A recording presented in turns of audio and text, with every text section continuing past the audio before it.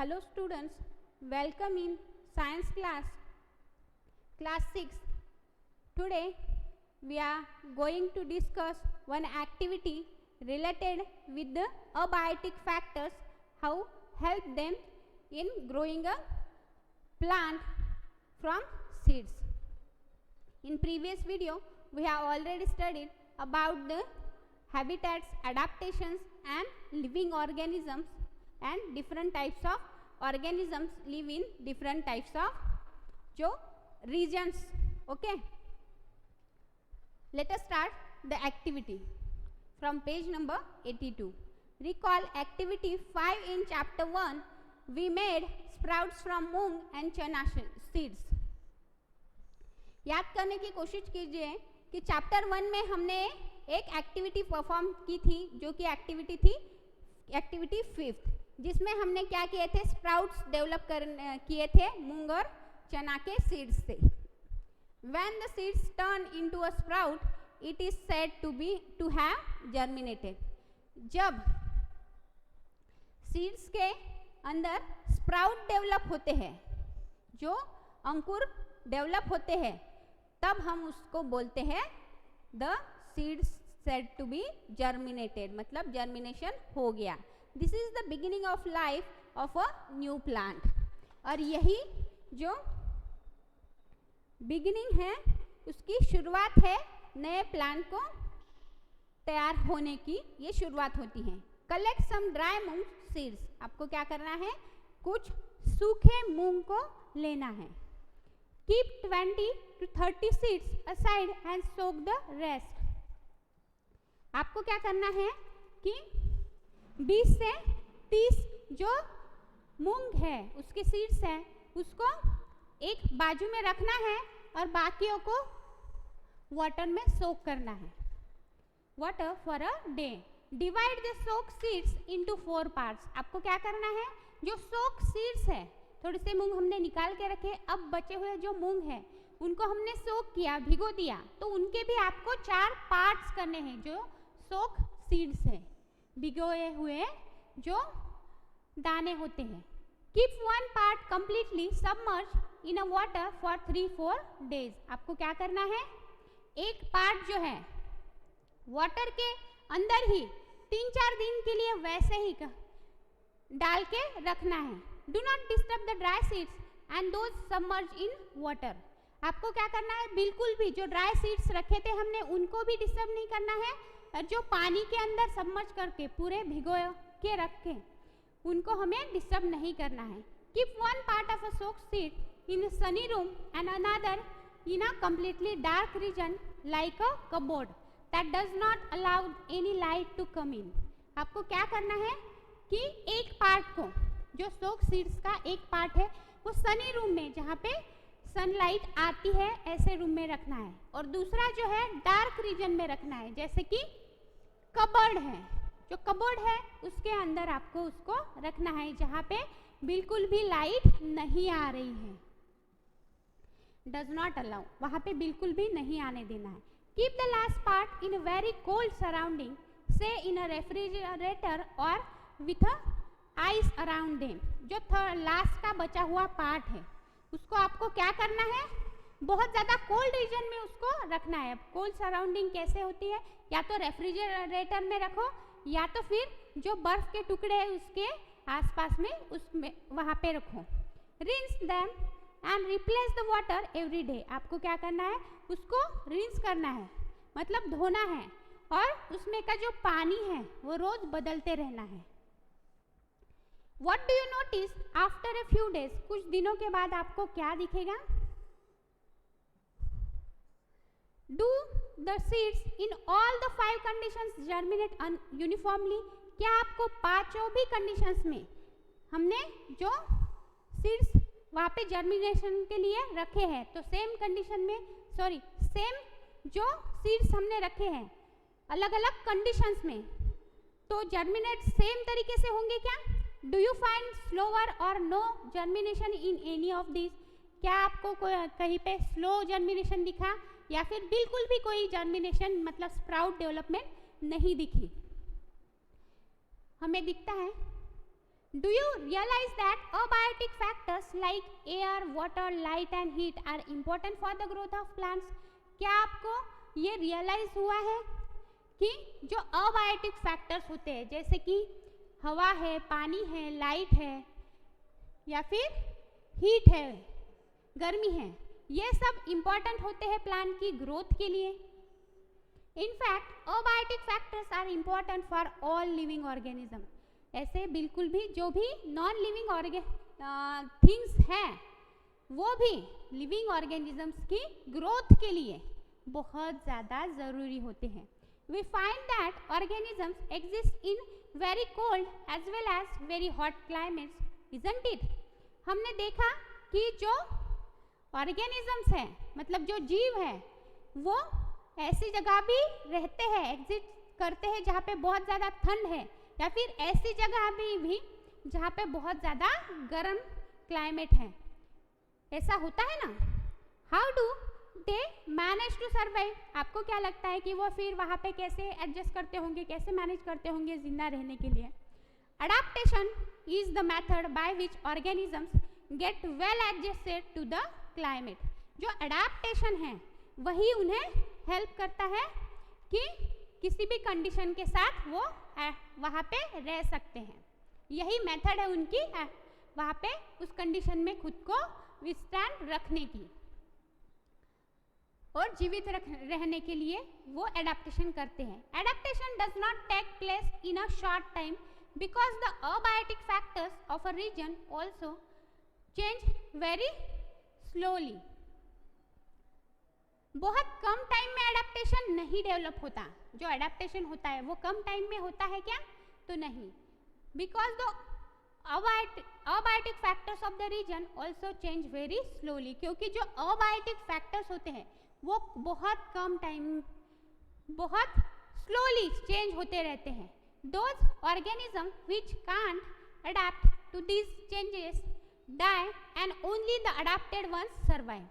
और जो ऑर्गेनिजम्स खुद को ऐसे अडेप्ट नहीं कर पाते वो मर जाते हैं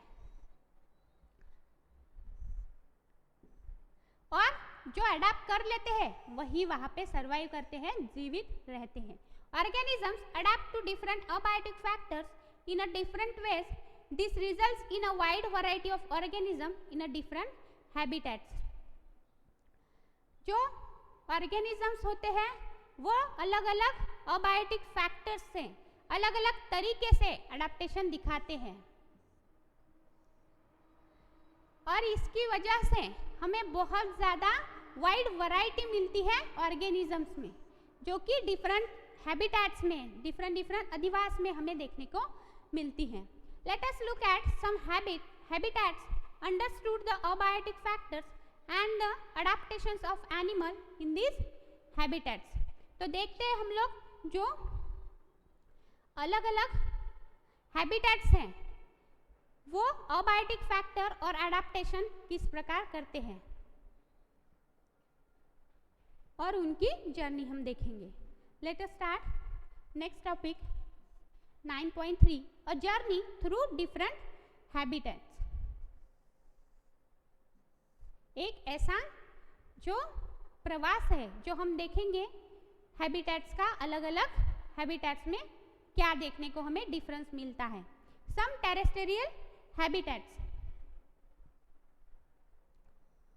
कुछ मैदानी जो अधिवास है वो, जैसे कि है डेजर्ट्स, रेगिस्तान. We discussed the abiotic factors of a desert and the adaptations in camels. What about other animals and plants that are found in deserts?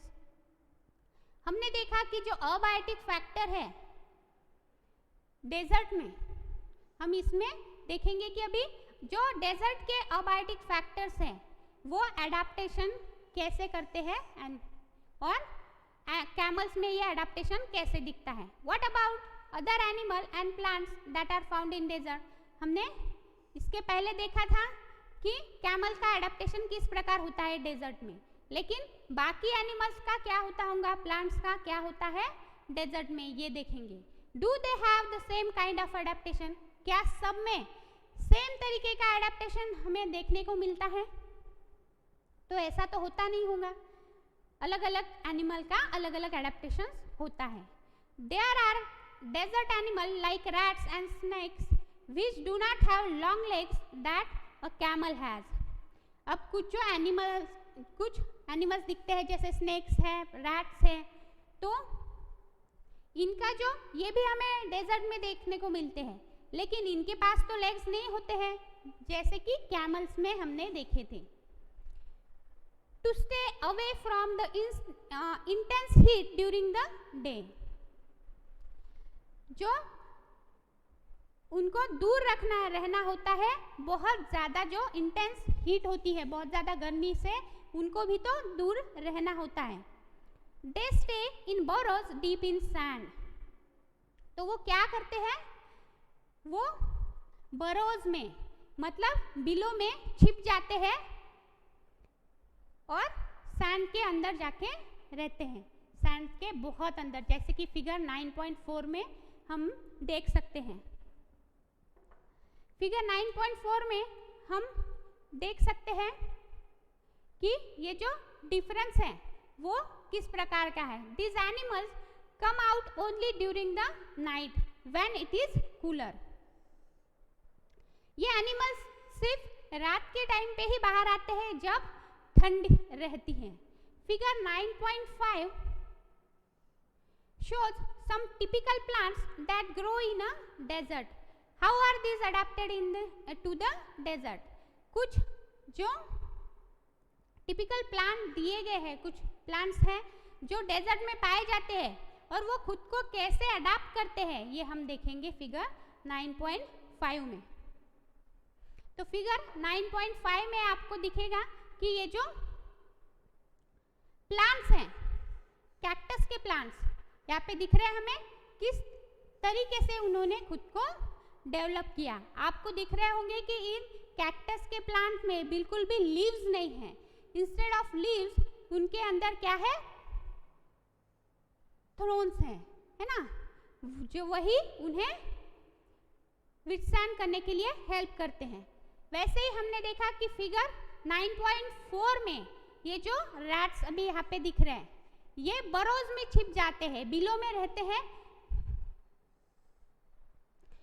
और वही उन्हें वहाँ पे अडेप्टेशन के लिए हेल्प करते हैं। तो हम देखते हैं एक्टिविटी 3। एक्टिविटी 3 में आपको परफॉर्म करनी है एक छोटी सी activity. Bring a potted cactus and a leafy plant to the classroom. आपको क्या करना है, एक कैक्टस का प्लांट लाना है और एक लीफी प्लांट मतलब जिसको लीव्स हो, ऐसे प्लांट, 2 प्लांट आपको क्लासरूम में लाने हैं। Type polythene bags to some parts of the 2 plants as was done with for activity 4 in chapter 7। हमने चैप्टर 7 में एक एक्टिविटी की थी जो कि ट्रांसपिरेशन के लिए थी। वहाँ पे भी प्लांट्स को हमने पॉलीथीन बैग से कवर अप कर लिया था और हमने देखा था कि ये ट्रांसपिरेशन प्रोसेस कैसे होती है। Where we studied transpiration in plant, हमने क्या देखा था उस टाइम पे, ट्रांसपिरेशन की प्रोसेस देखी थी। Leave the potted plants in the sun and observe after a few hours. आपको क्या करना है, कुछ देर के लिए धूप में सन के नीचे उसे रखना है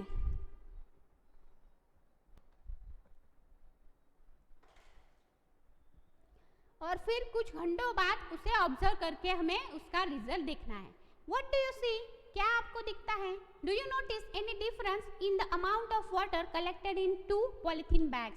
क्या आपको कोई जो डिफरेंस दिखता है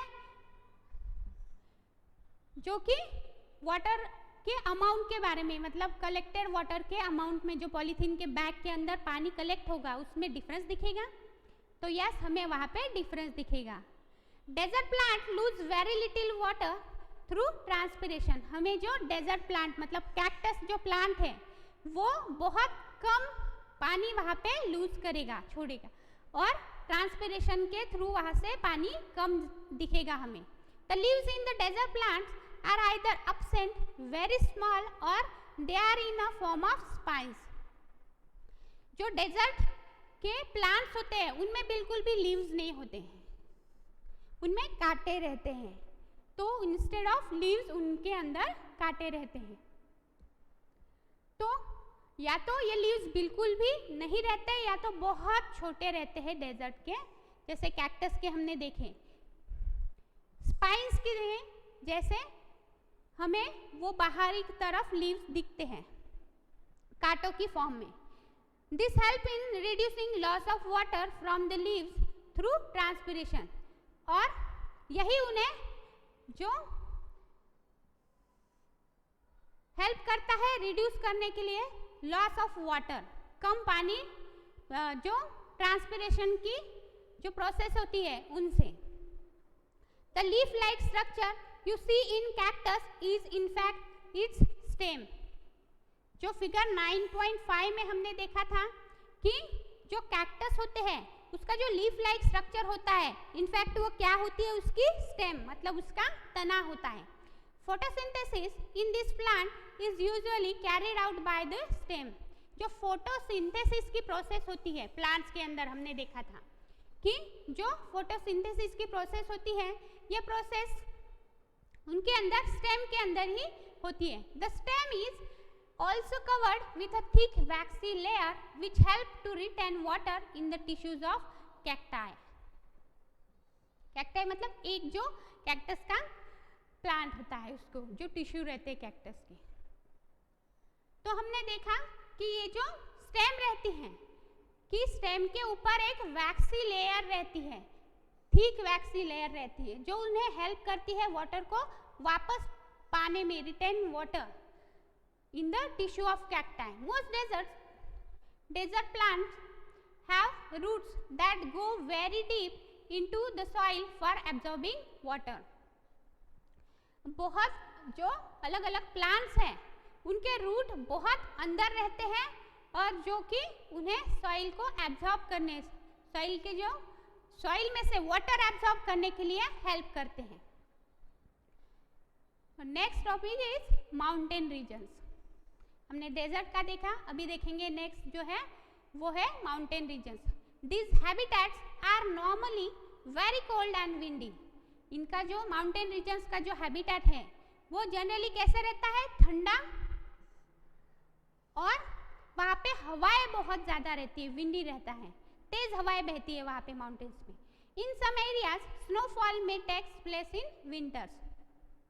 कुछ जगह पे बर्फ भी गिरती है जब विंटर्स मतलब जाड़े के टाइम पे वहाँ पे बर्फ भी गिरती है। There is a large variety of plant and animal living in mountain regions. वहाँ पे बहुत अलग अलग तरीके के प्लांट और एनिमल हमें देखने को मिलते हैं, माउंटेन रीजन्स में बहुत वैरायटी देखने को मिलती है। Have you seen the kind of trees shown in figure 9.6? क्या आपने इस तरीके के प्लांट्स 9.6 फिगर में दिख रहे हैं हमें, trees of a mountain habitats. आपको यहाँ पे दिख रहे होंगे कि ये बहुत अलग तरीके के प्लांट हैं। यहाँ पे कैसे हैं, बहुत ज़्यादा ऊंचे प्लांट होते हैं, उसके साथ साथ ये जो उनमें एक स्लोप दिखता है इस प्रकार, है ना, स्लोप देखने को मिलता है उन प्लांट्स के अंदर।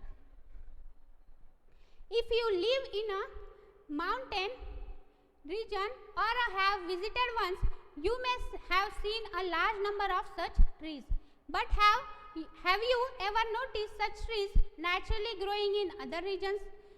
आप अगर माउंटेन रीजन्स में विजिट करोगे, वहाँ पे अगर जाओगे देखने के लिए, तो आपको देखने को मिलेगा कि ऐसे बहुत अलग अलग प्लांट और बहुत ज़्यादा नंबर में प्लांट्स हमें देखने को मिलते हैं, पेड़ हमें देखने को मिलते हैं। पर क्या आपने देखा कि ये जो नेचुरल ग्रोइंग होते हैं, वो जो प्लांट किसी ने वहाँ पे बोए हुए रहते हैं क्या, लगाए हुए रहते हैं क्या? तो नहीं, वो नेचुरली ग्रो होते हैं ऐसे रीजन्स में, ऐसे इलाकों में। How are this trees adapted to the condition prevailing in their habitats? तो ये जो पेड़ होते हैं कैसे अडेप्ट करते होंगे, रहते होंगे उस हैबिटेट में कैसे रहते होंगे? प्रिवेलिंग मतलब रहना, और उस कंडीशन में कैसे खुद को ढालना। These trees are normally cone shape and have a sloping branches. हमने देखा ऊपर जो प्लांट है फिगर 9.6 में, तो वो कैसे रहता है, उसमें स्लोपिंग ब्रांचेस रहती है और उनका शेप कैसे रहता है, कोन की तरह, जैसे कि हमने फिगर में देखा था। एक इस तरीके से हमें ये दिखते हैं और इस तरीके से ही वो प्लांट्स ग्रो होते हैं। ओके, तो हमने इस प्रकार ही प्लांट वहाँ पे देखे हुए हैं। The leaves of some of these trees are needle like. ये जो लीव्स होते हैं उन प्लांट्स के या फिर ट्रीज के, वो कैसे होते हैं, सुई की तरह, मतलब तेज टोकदार होते हैं। This helps the rain water and snow to slide off easily. वो क्या, वहाँ हमने देखा है कि माउंटेन्स में विंटर के टाइम पे स्नोफॉल भी होता है ना, तो उस टाइम पे जो बर्फ गिरती है उसको इजीली, मतलब अगर बर्फ ऐसे इस तरीके से, तो ये यहाँ से वो नीचे की तरफ गिर जाती है और उनकी जो ब्रांचेस है वो सेफ रहती है, वो जो प्लांट है वो टूटता नहीं है। There could be trees with shapes very different from these that are, उनके जो शेप होते हैं वो बहुत अलग होते हैं। That are also present on mountains, उनके शेप्स भी बहुत अलग अलग होते हैं। They may have different kind of adaptations to survive on the mountain, उनमें हमें अलग काइंड का बहुत डिफरेंट एडाप्टेशन देखने को मिलता है जो कि वहाँ पे उन्हें सर्वाइव करने के लिए हेल्प करता है माउंटेन्स पे। Animals living in the mountain regions are also adapted to the conditions there, जैसे कि फिगर 9.7 में दिए हुए हैं। यहाँ पे हमें नीचे लेपर्ड दिख रहा है, स्नो लेपर्ड, तो उसका भी जो एनिमल्स है उस तरीके से अलग अलग एनिमल्स जैसे याक है वो भी, या फिर जो शिप है वो भी किस प्रकार खुद में एडाप्टेशन लाती है, कुछ फीचर्स डेवलप करती है। दे हैव थिक स्किन और a fur to protect them from cold, उनके बॉडी के ऊपर क्या होता है, थिक स्किन तो होती है या फिर फर होती है जो उन्हें कोल्ड से, ठंडे मौसम से प्रोटेक्ट करती है, रक्षा करती है उनकी। For example yaks have long hair to keep them warm, ये जो याक रहते हैं उनके बॉडी के ऊपर क्या रहते हैं, बड़े बड़े जो हेयर होते हैं वो होते हैं जो उनकी बॉडी को वार्मनेस दिलाते हैं। Snow leopard has thick fur on its body, जो स्नो लेपर्ड है, ये स्नो लेपर्ड यहाँ पे आपको दिख रहा होगा, ये स्नो लेपर्ड जो है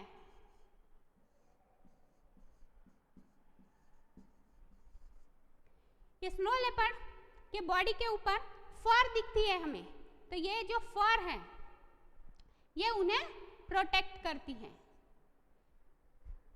नेक्स्ट इज, यहाँ पे याक दिखाई देता है फिगर बी में, इस याक के बॉडी भी अलग तरीके से दिख रही हमें, लॉन्ग हेयर्स है उसके ऊपर। नेक्स्ट है गोट, जो कि माउंटेन गोट है जो अडेप्ट करती है इस कंडीशन में, उसके बॉडी के ऊपर भी इस फिगर में हम देख सकते हैं कि एक फर डेवलप हो गई है।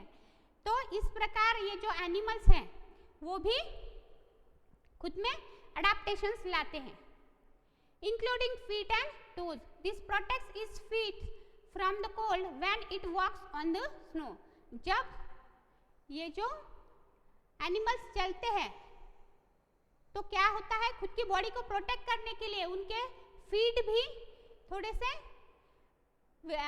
अडेप्टेड होते हैं जो कि उन्हें इजीली स्नो में चलते आए, मतलब उनके जो पॉज होते हैं वो ब्रॉड होते हैं। The mountain goat has a strong hoofs for running up the rocky slopes of the mountain, जो गोट रहती हैं, माउंटेन गोट जो है उनके हूज मतलब स्ट्रॉन्ग हूज जो रहते हैं वो उन्हें जल्दी से भागने के लिए, मतलब रॉकी स्लोप से वहाँ पे भागने के लिए भी उसको खुद को अडाप्ट कर लेते हैं ये माउंटेन गोट्स, और माउंटेन में अच्छे से रहते हैं।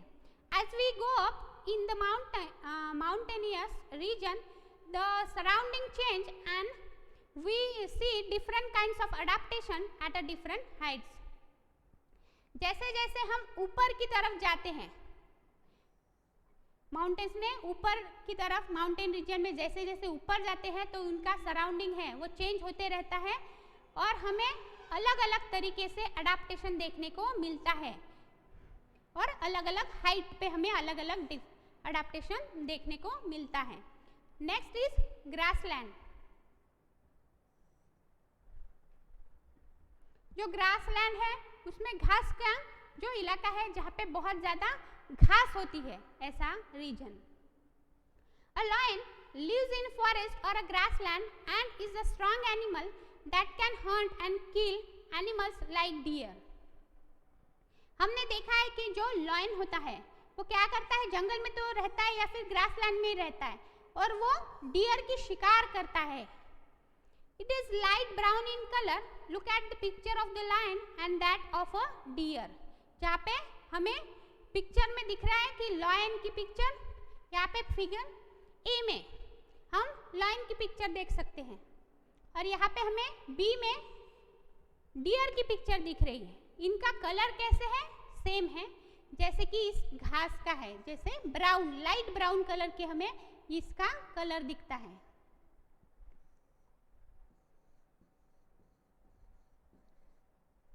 ओके, तो सेम कलर के हमें दोनों भी दिखते हैं. How are the eyes place in the face for this two animals. उनके जो आईज हैं वो कैसे है दिखने रखी हुई. Are they in the front और on the side of the face. मतलब जो नेचुरली उनकी जो आई साइट है या फिर आईज है उनके फ्रंट साइड में है. क्या वो फ्रंट साइड में है या फिर बाजू में है, साइड में है. Lions have a long claws in their front legs that can be withdrawn inside the toes. जो उनके टोज होते हैं लायन के, उनके अंदर लंबे लंबे क्लॉज होते हैं, पंजे होते हैं. यही उन्हें अच्छे से रहने के लिए और चलने के लिए, भागने के लिए हेल्प करते हैं. Do the feature of a lion help it in any way. जो फीचर है ये डेवलप होता है, क्या ये उसे हेल्प करता है टू सर्वाइव, जिंदा रहने के लिए ये हेल्प करता है. Its light brown colour help it to hide in a dry grassland when it hunts for a pray.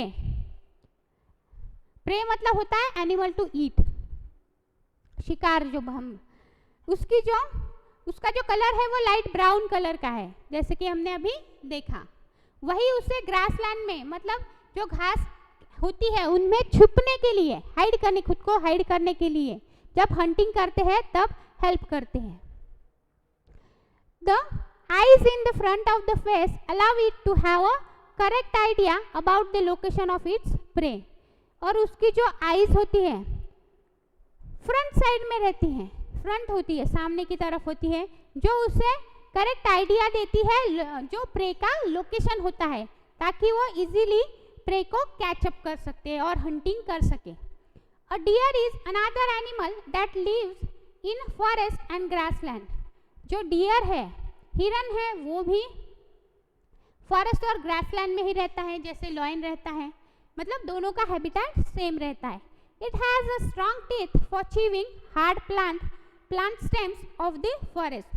और ये जो डियर रहता है उसके टीथ बहुत स्ट्रांग होते हैं ताकि वो ऐसे हार्ड प्लांट की स्टेम्स भी, तने भी वो चबा के खा सके. A deer needs to know about the presence of predators और in order to run away from them and not become their prey. वो क्या होते हैं, डियर को क्या करना पड़ता है, प्रीडेटर, जो कोई भी प्रीडेटर है उसकी प्रेजेंस के बारे में जानना होता है. Animal like Lions that make it there pray. मतलब प्रीडेटर्स मतलब ऐसे जो उनकी शिकार करने वाले हैं.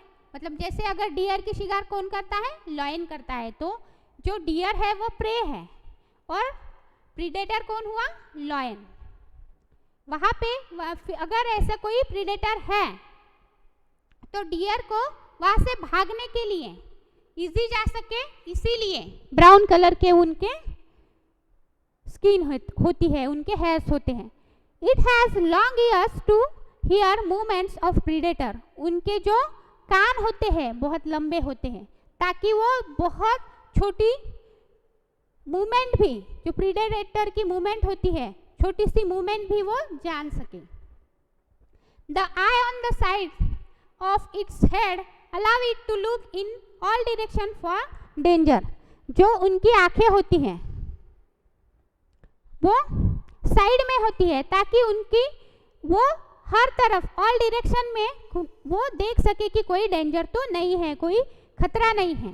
The speed of the deer helps them to run away from the predators, तो जो उनकी स्पीड होती है डियर की, भागने की जो स्पीड होती है वो बहुत ज़्यादा होती है और वही उन्हें हेल्प करती है प्रीडेटर से दूर भागने के लिए। Okay, there are many other features of a lion, a deer or other animal and plants that help them to survive in their habitat। तो इसी प्रकार लायन और डियर के अंदर इस तरीके से अलग अलग और भी फीचर्स डेवलप होते हैं जो कि उन्हें उस अडाप्ट करने के लिए हेल्प करते हैं ग्रासलैंड में, और इसी तरीके से वो वहाँ पे सरवाइव कर सकते हैं। ओके, तो स्टूडेंट्स आज के लिए बस इतना ही, मिलते हैं हमारे नेक्स्ट वीडियो में नेक्स्ट टॉपिक के साथ। Thank you.